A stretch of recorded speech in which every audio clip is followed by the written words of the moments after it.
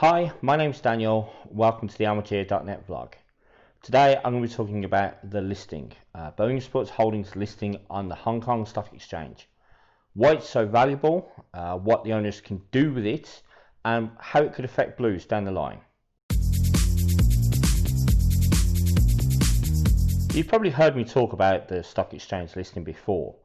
It's the reason why the sale of Birmingham City is so difficult and the listing is very valuable to the owners of the club. I want to talk today about why exactly that is and why it affects Blues so much. So first off, let's talk about why the listing is so valuable. Birmingham Sports Holdings are listed on the main board of the Hong Kong Stock Exchange. Listings on the main board are for more established companies that satisfy the financial and track record requirements put upon them by the stock exchange. This enables shares in Birmingham Sports Holdings and other companies to be traded freely by the public with confidence that companies are strong and vital. To get listed on the main board, companies have to do one of two things. The first route to being listed is what's called an initial public offering, or IPO. Now, this is where a company makes available shares in itself to the public for the first time. A good example of this is in the film Wolf of Wall Street, where Jordan Belfort's brokers, Stratton Oakmont, launched Steve Madden's company onto the stock exchange, selling shares and making a huge paper profit for both the brokers and Steve Madden. To have an IPO on the main board of the Hong Kong Stock Exchange requires a company to meet stringent financial requirements to ensure that the board remains strong. If you run a strong, profitable company, then this is definitely the way to go. And the Hong Kong Stock Exchange has seen many good IPOs in recent months. However, many people who want to get their companies listed on the stock exchange can't meet the requirements. Thus, they have to take the second path, which is to buy what's called a shell listing. Now, this is what Carson did. He found a small company, Grand Top, on the stock exchange, made an offer to buy all the shares in it, sold off the ones he didn't need to help fund the purchase. This is why a tiny company with no value that makes huge losses every year, the listing is still valuable. This is the case of Birmingham Sports Holdings because push comes to shove, shit hits the fan. The owners of the company could sell up like the shell version of the company to an investor who wants the listing and get up and do one. So why do companies want listings? The chief reason any company wants a listing on the stock exchange is to raise money. When a company launches an IPO, it creates shares in itself and sells them on to investors. This money that they get from selling those shares can then be reinvested in the company to help it grow and become bigger. For example, if a company has 10 million shares prior to an IPO, and then the IPO creates another 10 million shares at about, say, £5 each, then they raise £50 million from the sale of those 10 million shares, which is put into the company and then can be spent to do things to make the company bigger. If the share price then goes up while it's being traded on the stock exchange, the original investors of the company, the original owners, make it an even bigger paper profit because their ownership of the company becomes worth more. Likewise, once an investor has gained control of a listing, there are things you can do to issue further shares in a company. For example, a share subscription, where you offer shares to the public. You create and offer shares to the public, called subscribers, with each share you sell creating money that comes into the company. Now, this is something that Carson and Paul Soon have done. So creating shares in Birmingham Sports Holdings or Birmingham International Holdings, whatever it was called at the time, bringing money into the company either to bring in working capital or to offset loans made to the company.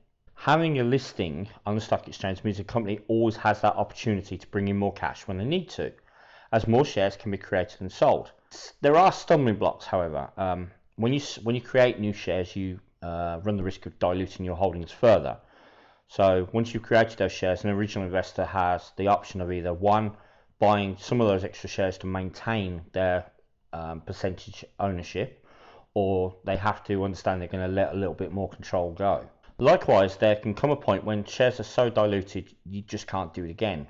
For example, you've got so many shares already out in circulation that to raise any meaningful amount of money, you have to create too many more. This is the point that Birmingham Sports Holdings find themselves in. There are 17 billion shares in circulation, so they have to create billions now to make any reasonable sum of money to bring into the company. So with this being the case, I guess the final question really, are Blues stuck in listing hell forever? First part of my answer to that question is that ever is an incredibly long time, a really, really, really long time. And you can't say something's going to happen forever, because there always will be something that can change it. So no, Blues will not be stuck in listing hell forever. One thing that's definitely changed in recent times is the value of a shell listing.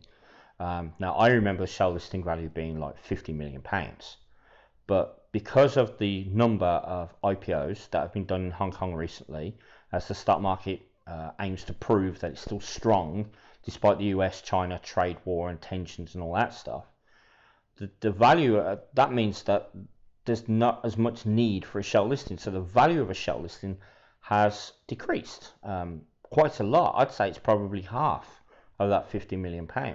At the same time, the stock exchange are watching, scrutinising Birmingham Sports Holdings. Now, some of that is a holdover from the Carson Young era, the receivers, because certain requirements were placed on the company back then that have still not been met.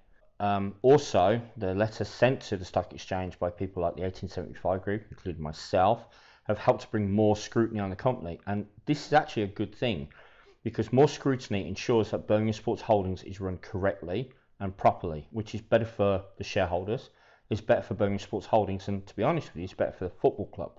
I don't have a crystal ball. If I did have a crystal ball, I'd have a winning lottery ticket and I'd be living on a beach somewhere. So I can't tell you for sure what is going to happen in the future.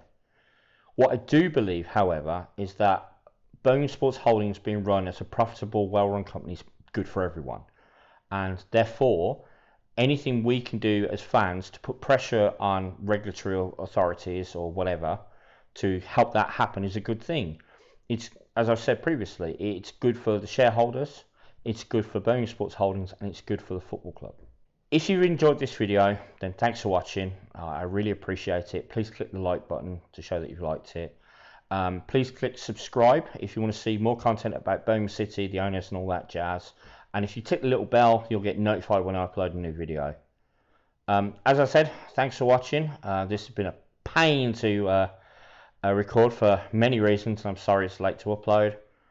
But till next time, keep right on.